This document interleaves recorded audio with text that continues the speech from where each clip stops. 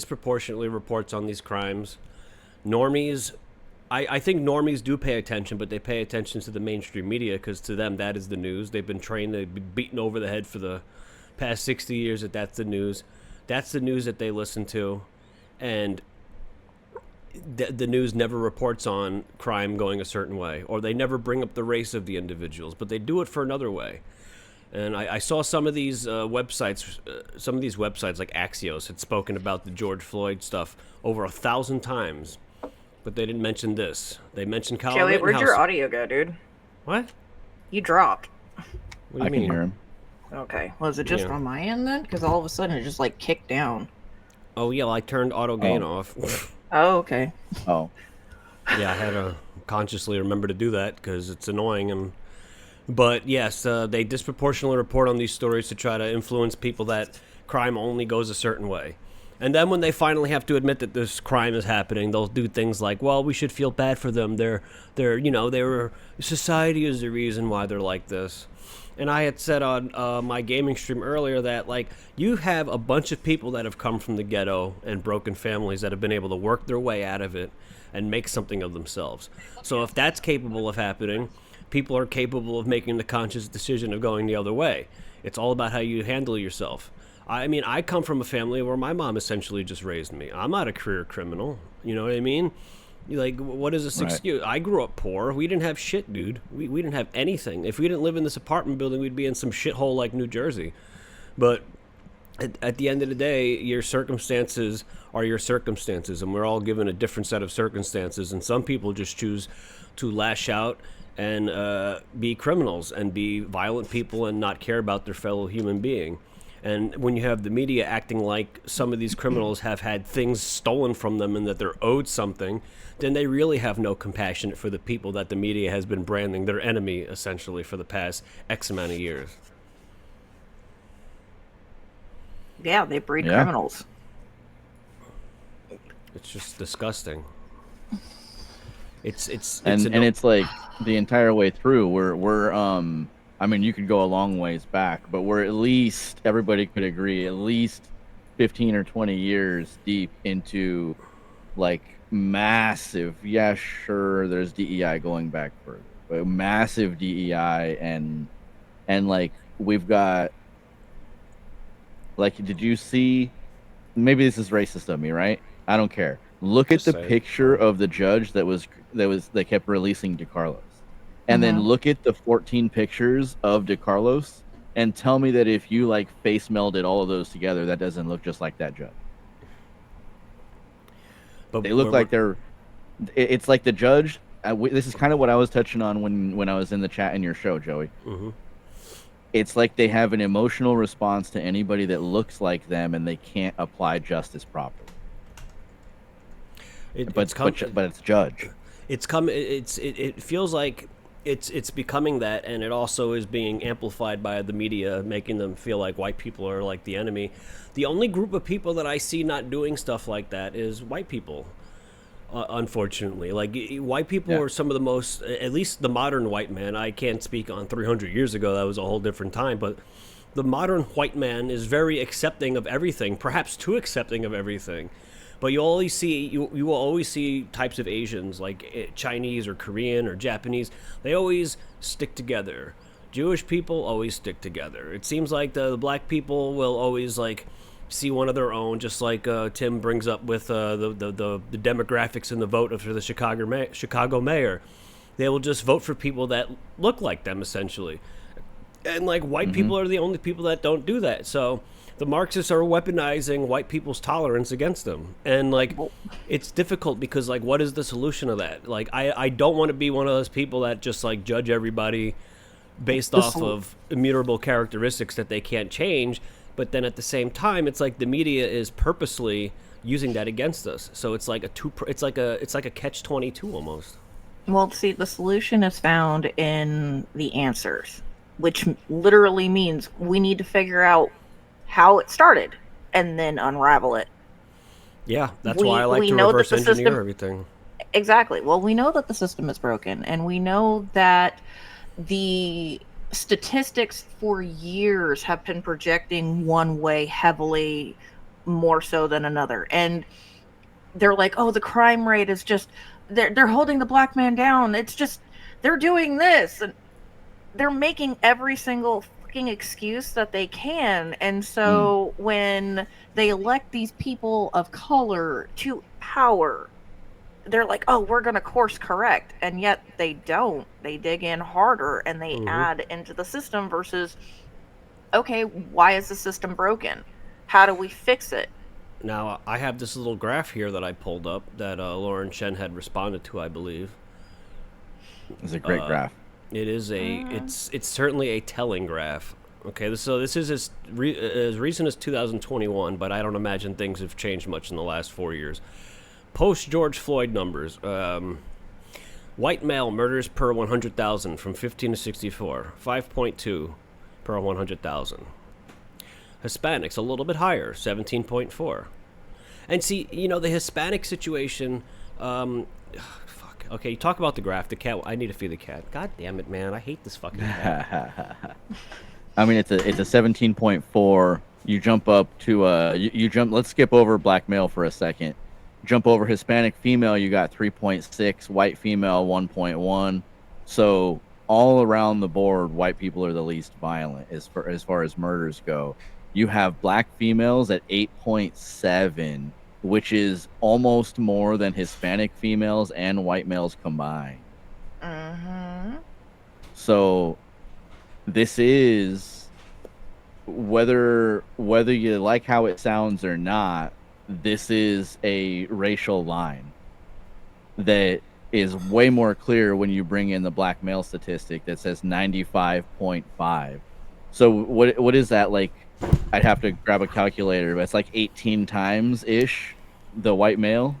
Yeah, White male. something like that, roughly.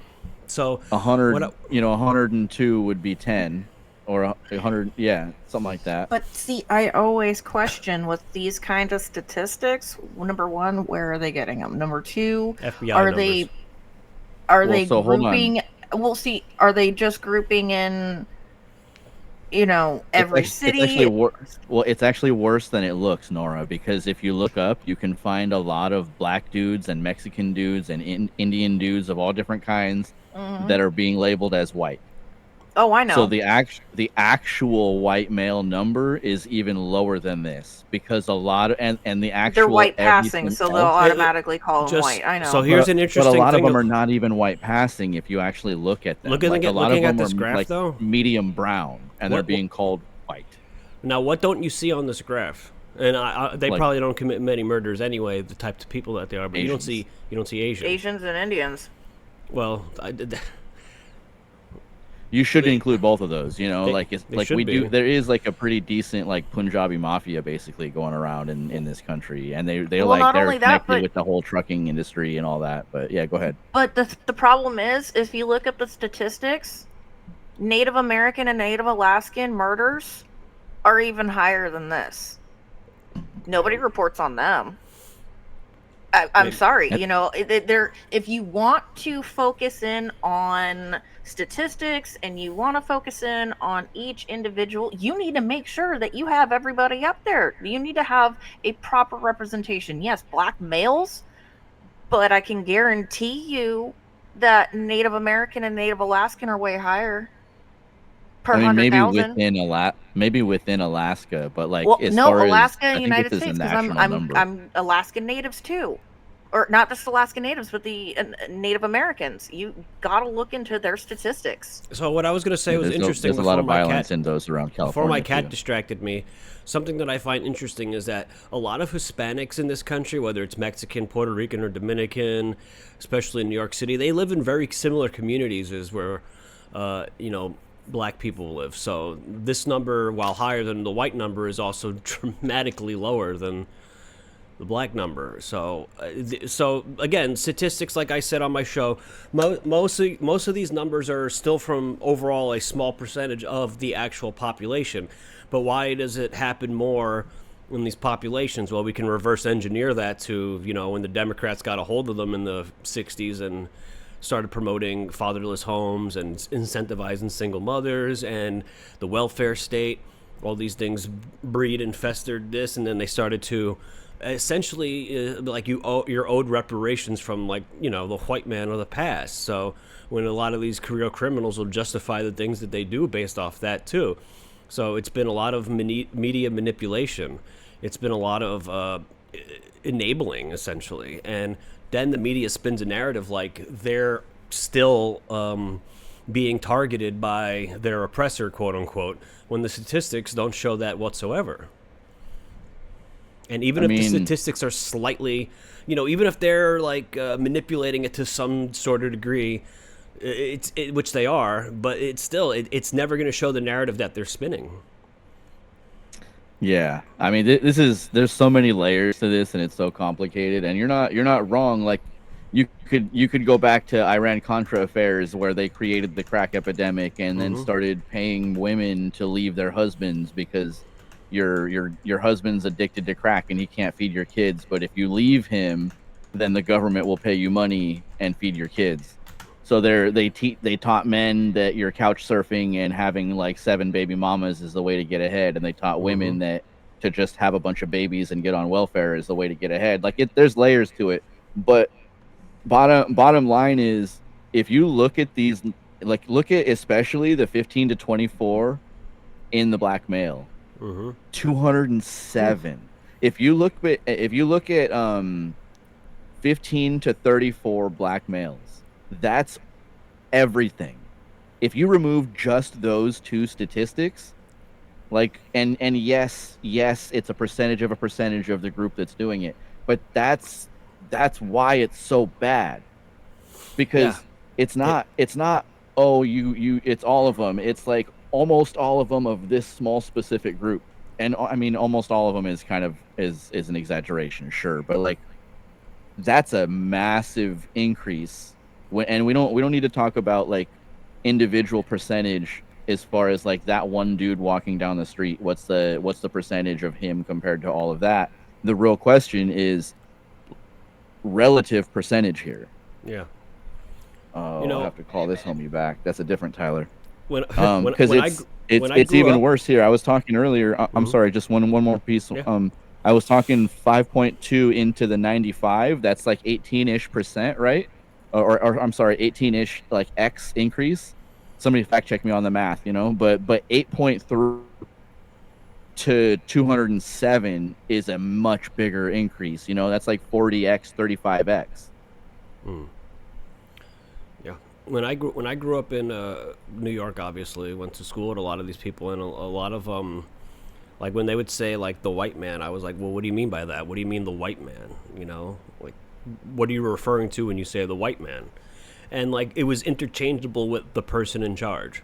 So I was like, do you think I do anything to hold you down or whatever? And they're like, no. And I'm like, okay, well, why don't you just say the people in charge? Why do you say the white man? So it's like they've been conditioned, and whether it's on a conscious or a subconscious level, some of them are conditioned to believe that it's the white man. And when you have some of the more lower IQ'd, and that's not, it's not like trying to insult, but like when you have some of the dumber people on the end of that spectrum hear the white man, and then they're already career criminals and they've been harbored to dislike them, and they've joined gangs and they've already started criminal activities, they're going to see someone who they perceive to be a rich person walking down the street as an easy target, and they're not going to think twice about attacking them, because they've been trained that this is my reparations, essentially. And then our mayors and DA people just enable it by saying we should be sympathetic towards them. It's like, that's such fucking bullshit. It's fucking bullshit. And what the hell are we supposed to do about this shit? That. This is our reparations. That's basically how they are justifying it. They justify it that way. This is how they're told to justify it. You had your identity stolen from you, being taken, even though you were sold by, most of the Africans sold you to the slave traders. You had your identity taken, and they took away your original religion and made you Christians. Like, this is like them saying we're going to take back what we're owed. They're going to get honestly, the Black Panther rhetoric. That's exactly what they're saying. The white man did this to us. This is exactly what we deserve. This is our reparations. Listen to it. They flat out tell you. And this is like this is what they'll say is like, yeah, we attacked a random white person that had nothing to do with it, but you stole random black people from Africa and made them slaves that had nothing to do with anything. Like that's how it's basically just like mindless tribalistic retorting back, and it's like they never do it. They never actually target people who have any real power. They're always going after the people that don't have any power whatsoever, because Well, they're and they're cowards. also Really, wrong. they are. Like They we are didn't wrong. we didn't Yeah. go into Africa and kidnap people. We parked on the beach and bought people, and we Yeah. didn't.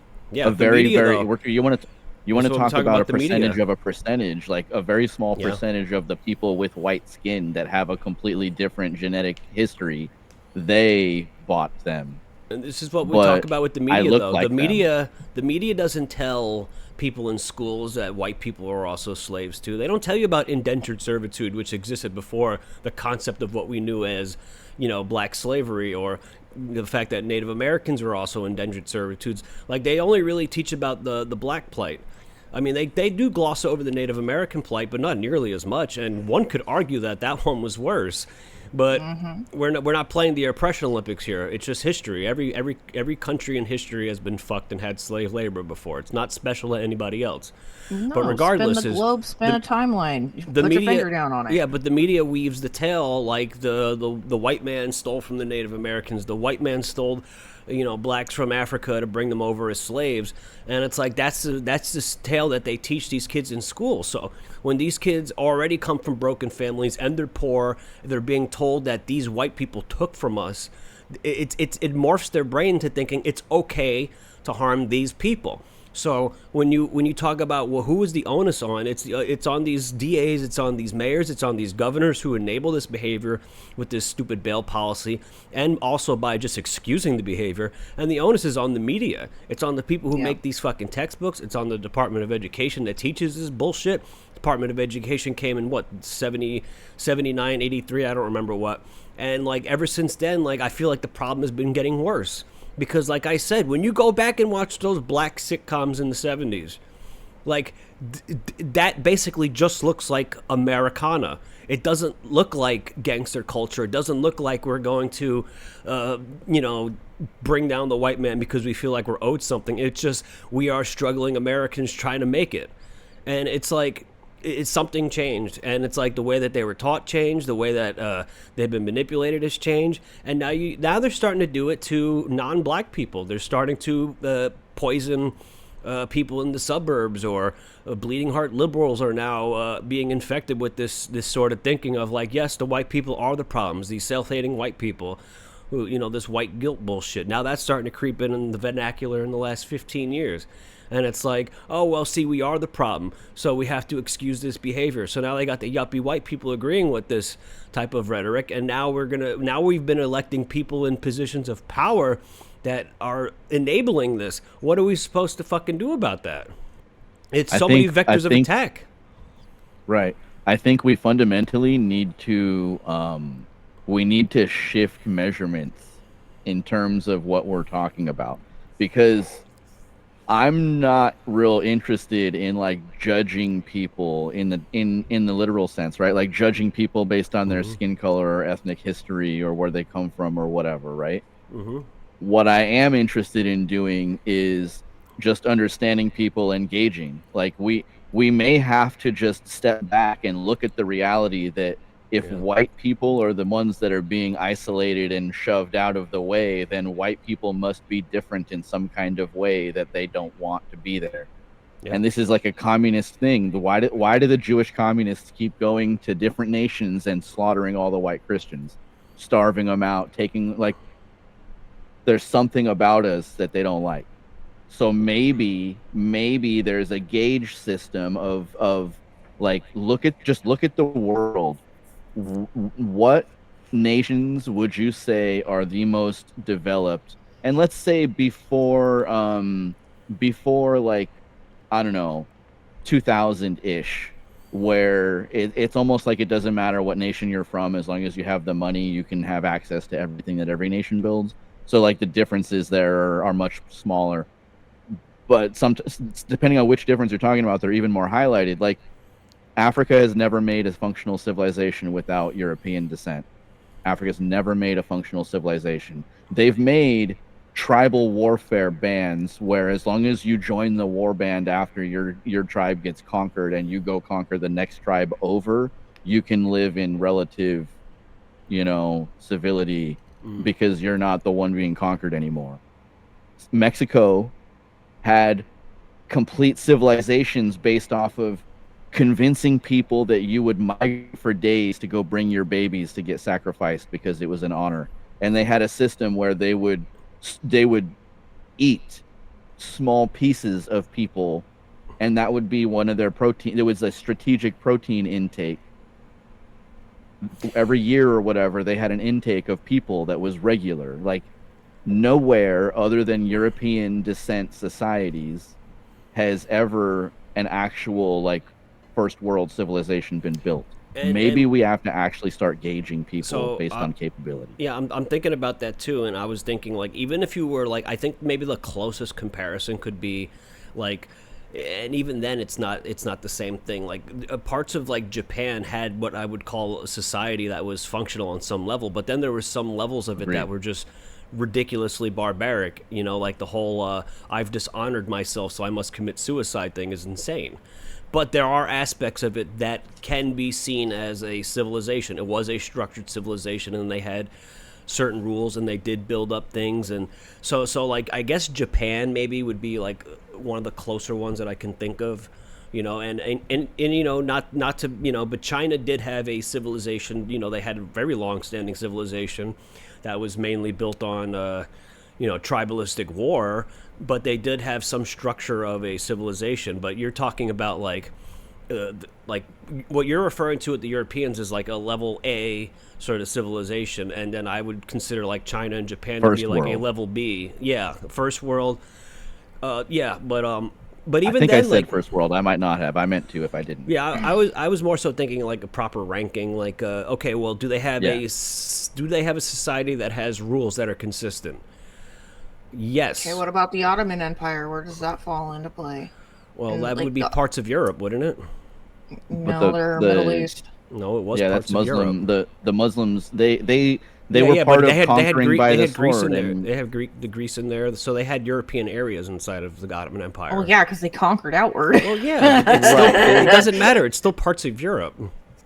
Yeah, but it was not still the European. Same those, yeah, but they were Europe. These are civilizations that were built up first before they were conquered. What I'm saying is, that's my point. Exactly, that's my point. So the Ottoman Empire didn't build that empire. They took those cities. They didn't build shit.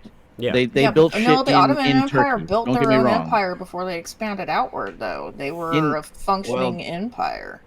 In Turkey, they built it, right? But in Turkey, their empire was not very functional in terms of the first world. It's like a third world empire. Yes, they had aqueducts and stuff like that. They had markets. They had law. That's why I was like, what are you constituting? Because they had all of those things. They were a functional society in that nature. But like, was the initial creation like that, or was that when they started to expand and intake countries? No, that's actually how they were able to expand. It's because they had those foundations first. Well, that's not necessarily true, because Turkey was a Christian nation long before Islam existed. So that's true too. The Christians built that. The Muslims took it. So that's a fair point. But that's now we're twisting it into a religious conversation. But I think it's not talking about religion. I think it's fair to say that, like, on the average, I brought up some examples of Asia, but like, for the most part, when you look at countries in the world, that there's a certain consistency, and there's a rule, and of course there's always exceptions to rules. But at the end of the day, the Ottoman Empire was, it eventually started. Well, though, part of that collapsing had to do with, Western interference. But that's besides the point. The West has been able to take down whoever they wanted through subversion. That's really, I think, what like the ultimate discovery with the modern West has been, is they've been able to find out how to conquer countries without, quote unquote, typical violence. They've been doing it through subversion, through like they take it over from the inside out, almost like a parasite kind of. Sure, and listen, I'm not trying to paint like a false picture. Europe was tribal warfare all over the damn place for a very long time. My point is, even within the tribal warfare, there, like, tribal warfare in Africa is fought out of like forest huts. Tribal warfare in Europe was fought out of castles. It's Yeah. not even close to the same thing. And yes, there was a period of time where tribal warfare in Europe was fought out of mud huts and you know, jungle stuff, not jungle, but forest stuff, right? Yes, but where they're at in the timeline is not even in the, as far as like in the development system, is not even close. African people, maybe you'll hear the argument they didn't need a wheel, so they didn't invent the wheel, but like 1700s, we're going over there and there's no such thing as a wheel and cart. They have oxen, but they're not like pulling stuff on a cart. Would there be one example because they in didn't Africa? trade like that. I think maybe there would be Why one would they example. need to travel? I think there would be one example in Africa that would probably be able to fit this, and that would be Egypt. But they Yes, also but that's were such above the close Sahara. proximity. Yeah. They were also very close proximity to other civilizations. So Right. And if you look into there's big debate right now, and you know, guess which side I fall on, but there's big debate right now. If you look at the genetic details, the genetic layout of like King Tut's parentage, they're related to Europeans, modern Europeans. So those and how are about not like Cleopatra? Africans. Cleopatra wasn't African, Greek, even yeah. though they always seem to want to portray her as such in all these medias. Yeah, they call that. Robert Sepper calls that the Afrocentric communist mindset or communist worldview. Well, But he's disproving the out of Africa theory because there's like ancient hominid DNA in Africans that's not anywhere else. Like we're not the same stock, you know, because they have completely different mixes I think we should. that nobody else has. I think we should move on, but.